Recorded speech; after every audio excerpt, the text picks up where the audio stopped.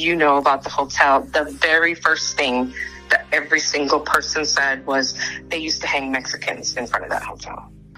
Welcome to the Halloween edition of Matt Dog's podcast. I'm your host, Matthew Huerta. And today, as we approach Halloween, I'm going to start this series off where I'm going to post every Friday for the month of October until the last week, which I'm calling Hell Week, inspired by Sam and Kobe, where I'm going to post on the 29th, 30th, and the 31st, which are going to be back-to-back videos, Halloween-inspired fun. But today, we're actually going to be discussing, and let me just say, the focus on this story shifted quite a lot. I originally was going to do a fun, whimsical story of the San Juan Hotel here in the RGV, but there's actually a lot of dark history when it comes to it, and the investigative reporter inside me ended up just wanting to shift the focus more into that rather than the paranormal activity that obviously happens. Maybe later on, within other videos of this month that I'm going to make, I could discuss more paranormal topics, but today I'm going to be focusing on the dark history of the San Juan Hotel, and I'm looking down because I want to get my facts straight, y'all, and I want to make this known. This is all alleged sources of information that I found by the article from myrgv.com and by the Monitor, which they posted a YouTube video, which you'll see that I clipped a lot of B-roll from. And yeah, so this abandoned building has a long been the subject of hauntings and mysterious happenings, but the hotel's history is much darker than ghost stories alone, and in the foreseeable future will possibly become an informational museum, since there's talks that the city of San Juan actually wants to demolish the current San Juan Hotel. And yeah, I just wanted to say good luck. Please keep an open mind as you're hearing these stories. This is very close to home since I literally live in San Juan, and it's tragic to hear that things like this were occurring. But without further ado, let's get the video started. Here in my garden of shadows.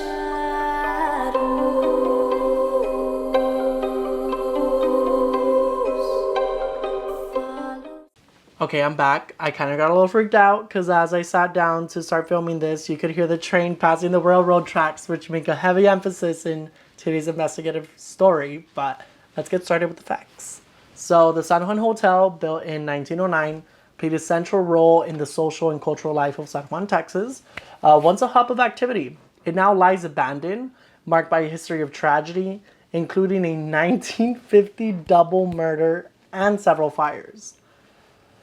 Community members are fighting currently to preserve the hotel, despite its connection to racial segregation and troubling figures like former lawman, as they called him, but his actual name was Tom Mayfield.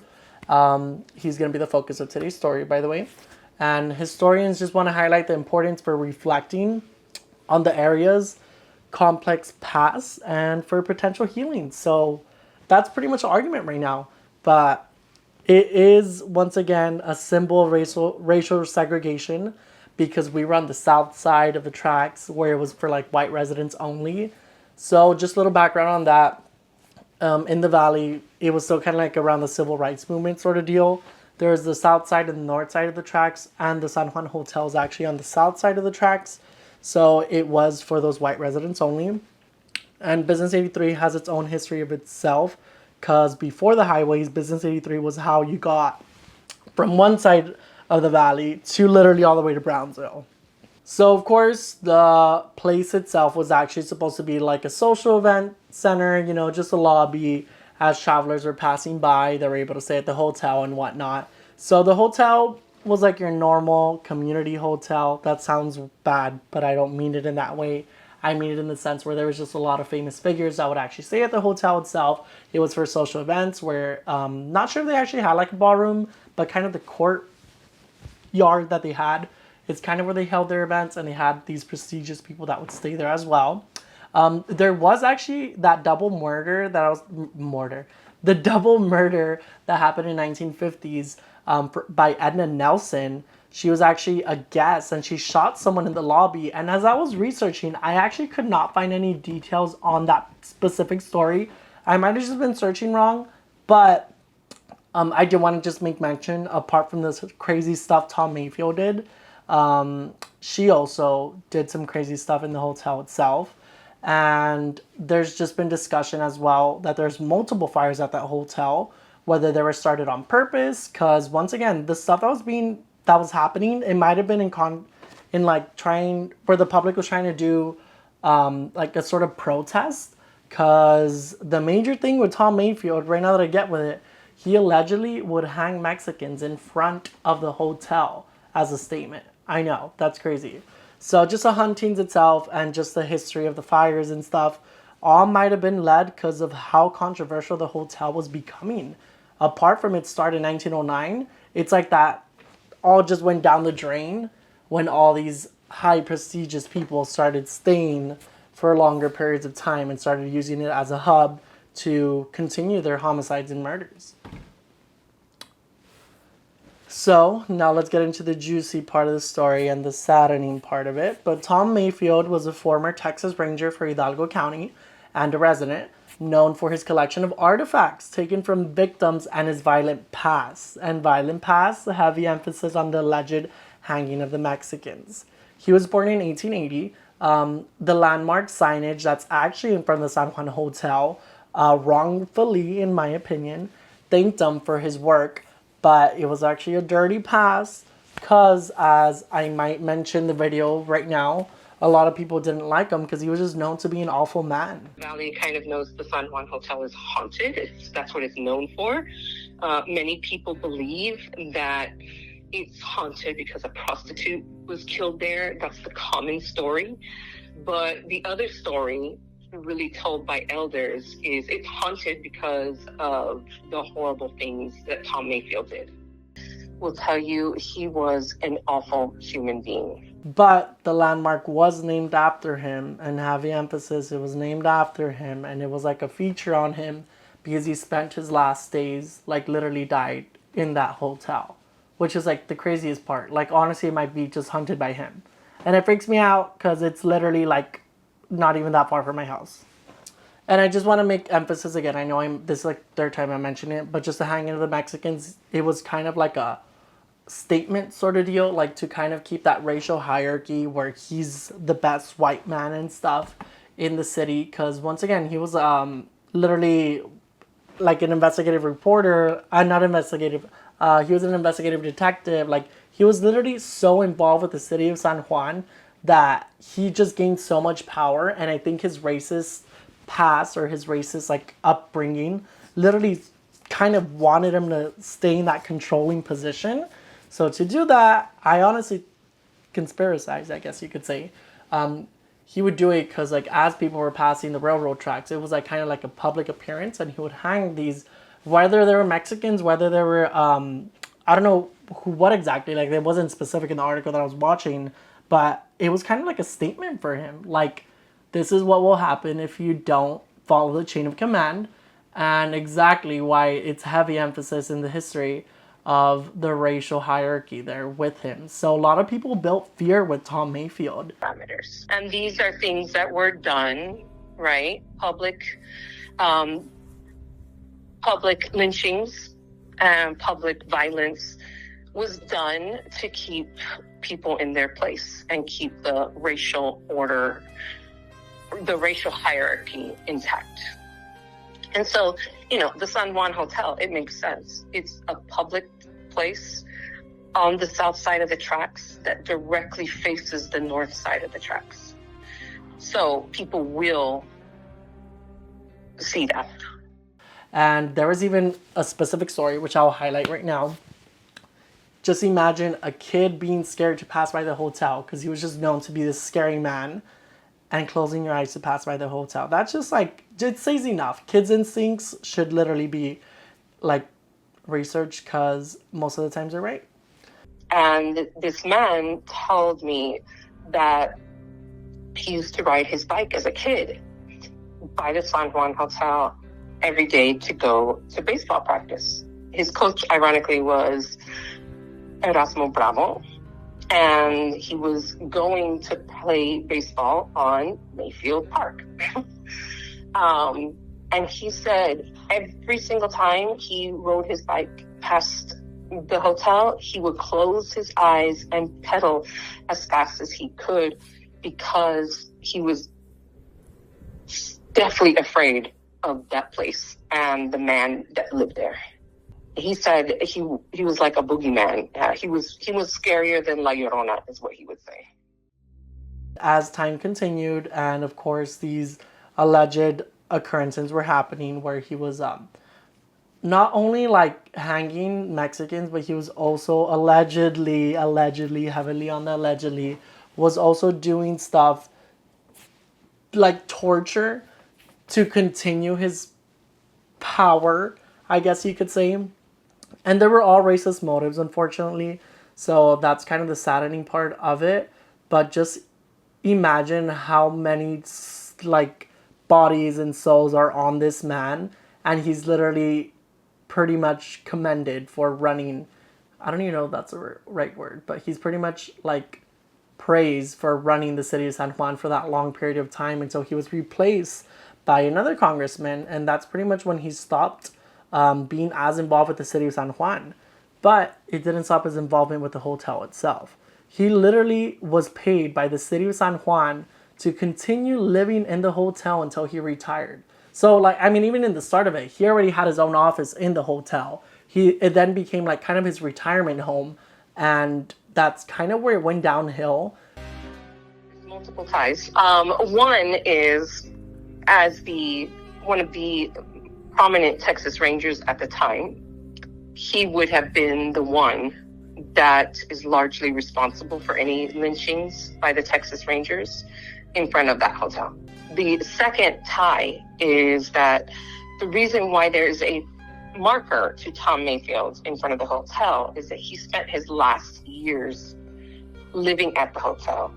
And the city of San Juan paid for him to live there after he lost to Erasmo Bravo as constable. Erasmo Bravo became the first Mexican-American constable of Bar San Juan and Alamo. Up until that time, it had been Tom Mayfield.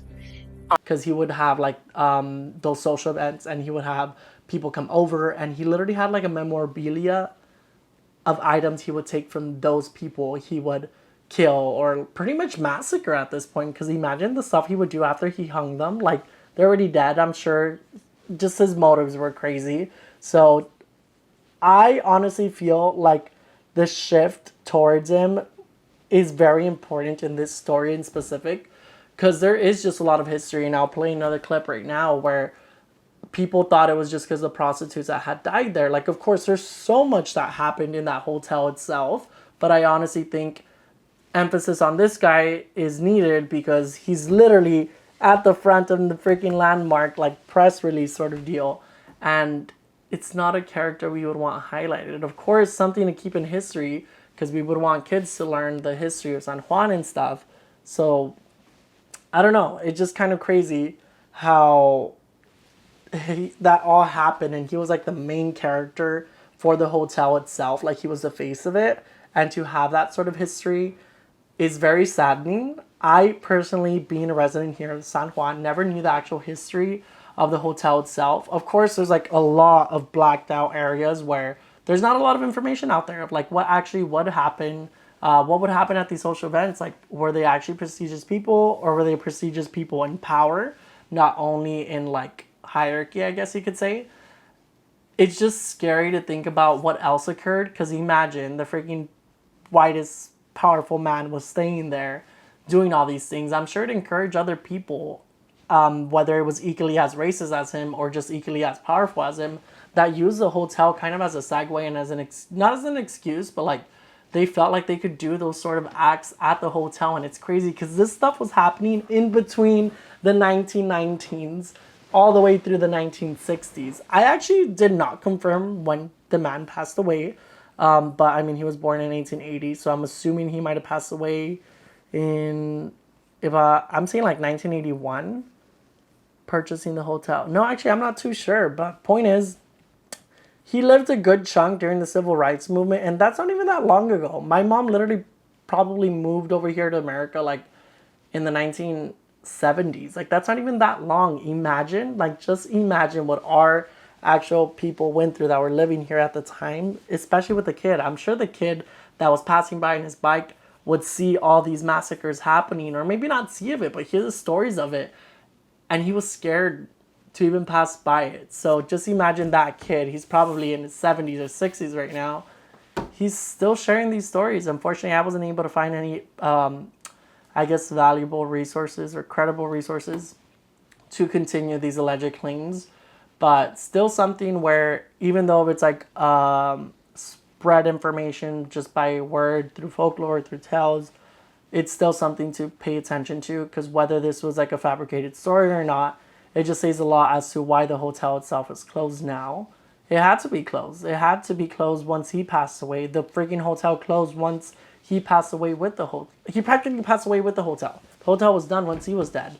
So it just showed enough for the public to know that he was the one behind all the heavy past of it itself. And I just did want to wrap up and make sure that everyone knew that Tom Mayfield, that's literally in front of the freaking hotel in the press release, is not the best of man that you would think he was. But a lot of people still think of him as an awful man, and I think I will too. But now, transitioning into what the hotel is in current day. So most recently, I'm literally pronouncing or subjecting the hotel as a person, but the San Juan Hotel had actually become most recently a haunted house attraction. During the attraction itself, there was actually cameras, of course, because they just had to document everything. And there was actually very scary occurrences where actors themselves were actually getting scared. Whether they thought it was like a coworker or not, turns out it wasn't a coworker. And then just movement with the dolls that were hanging and stuff might have been air, because it is just stuff there. Like, all of this could have been debunked, but just imagine a freaking haunted house functioning through the history that just occurred with that hotel. I'd be so scared. So that's kind of the little history of what happened past the hotel. Literally nothing ever occurred with it. The most like prominent thing that happened was just a haunted house that had occurred. And I actually don't think they're going to do it this year, but it's being promoted. So I'm not too sure, but I'll get back to y'all on that. And there's now talks with the city of San Juan of it getting demolished. So was the plan demolish, or I know you mentioned about keeping some of the old hotel? The idea is to demolish. We've been kicking around some ideas about how to tie that building into the city hall, again, preserving the history of the community and then looking forward as well. We even walked the site with Mr. Arjona. We looked at some elements that are still there at the hotel that we might be able to repurpose and use for the new conference center, just to kind of keep and preserve the history of that corner with the hotel. Motion approved? So moved. Second. All those in favor say aye. Aye. Motion carries. Thank you, sir. Thank you, Mayor. Thanks, Commissioners. Because the city of San Juan is currently going through a lot of renovations, and part of those renovations is the city hall. So the city hall is actually right behind, kind of behind and next to the city, the Hotel San Juan. So they kind of want to demolish it, or they're in talks right now, because they have the rights to demolish it already. And as I passed by it the other day, it looks like they are, because it's already like marked like no trespassing and stuff. And of course there was signage of no trespassing before, but now it's like a bigger sign. It looks like they are going to demolish it already. But there's just been like experts, for example, the main lady that's actually talking in the video that I'm putting in this one here, is saying, like, she even had her, an architect saying, like, the hotel's not in bad condition. It could be preserved as much as In great condition, unlike what the city is reporting. And she said it wouldn't cost much to refurbish it, and that it certainly didn't need to be demolished. She said the biggest expense would probably be the windows, because they were very specific shapes and sizes that are not common today. And so we wonder, like, who's the person that told the city of San Juan that it has to be demolished? Even city officials were contemplating, like, even if we do completely demolish it, we could go ahead and still have some certain artifacts, like kind of like a little museum memorabilia, just kind of emphasizing the history, and just so no one forgets the past of what was once there. But if projections occur or continue, it looks like it is going to be turned into an event center. So if the hotel's still there, I would and if you're here from the Valley, I would recommend passing by. But there's just... My perspective as a professor of Mexican American Studies is it's a site of a lot of pain. And I can really understand just wanting to demolish that and erasing that. At the same time, I know that it is critical that as a community, we reconcile that historical pain and erase. There's kind of a lot of talk, so what's going to happen to the hotel right now? And I wanted to put heavy emphasis on this video of the actual history of it being Tom Mayfield, the bad character. Of course, there's just so much history with it itself of like, you know, just I guess you could say Mexican folklore. They would say, and I've literally myself heard the story that there was once a priest that would literally, unfortunately, RAPE prostitutes there. I mean, obviously, like, that's their job or whatnot. But he would RAPE them, and he would go ahead and throw them off the second floor of the hotel. And let me just say, the second floor had multiple fires itself, too. So I'm telling you, all of these incidents could have been protests. It could have just been, like, I don't know, freaking bad spirits that once passed away in that hotel trying to get back at the hotel, like how angry they were. But right now, all I know of is just used for homeless people that were once there. But it looks like it's completely blocked off now. So I guess the future of the San Juan Hotel is up in the air. But I actually thought I'd take longer kind of saying this story. I guess just doing the research is what took me longer in the hotel itself. Unfortunately, there wasn't a lot. That's why it took a lot longer. But I really want to know y'all's thoughts in the comments, what you might think will continue of the San Juan Hotel itself.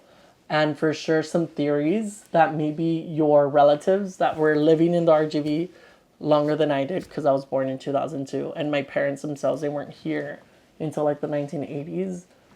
So if anyone has someone out there that has more stories or any information y'all may find, let me know, because this is just such an interesting and saddening topic, because it's like 2 minutes away from me from my home, and it's like I never really knew the history of it until now. And that's why I really wanted to put this as my first video for the series of Halloween, because it's just something that's going to be stuck in our history for a good amount of time, hopefully forever, because it's something good to know and something good to point out. That racial segregation that had occurred, the racist that was once here in San Juan, a powerful man, a Texas Ranger, just crazy stuff. But I really do appreciate anyone that made it to the very end of this video.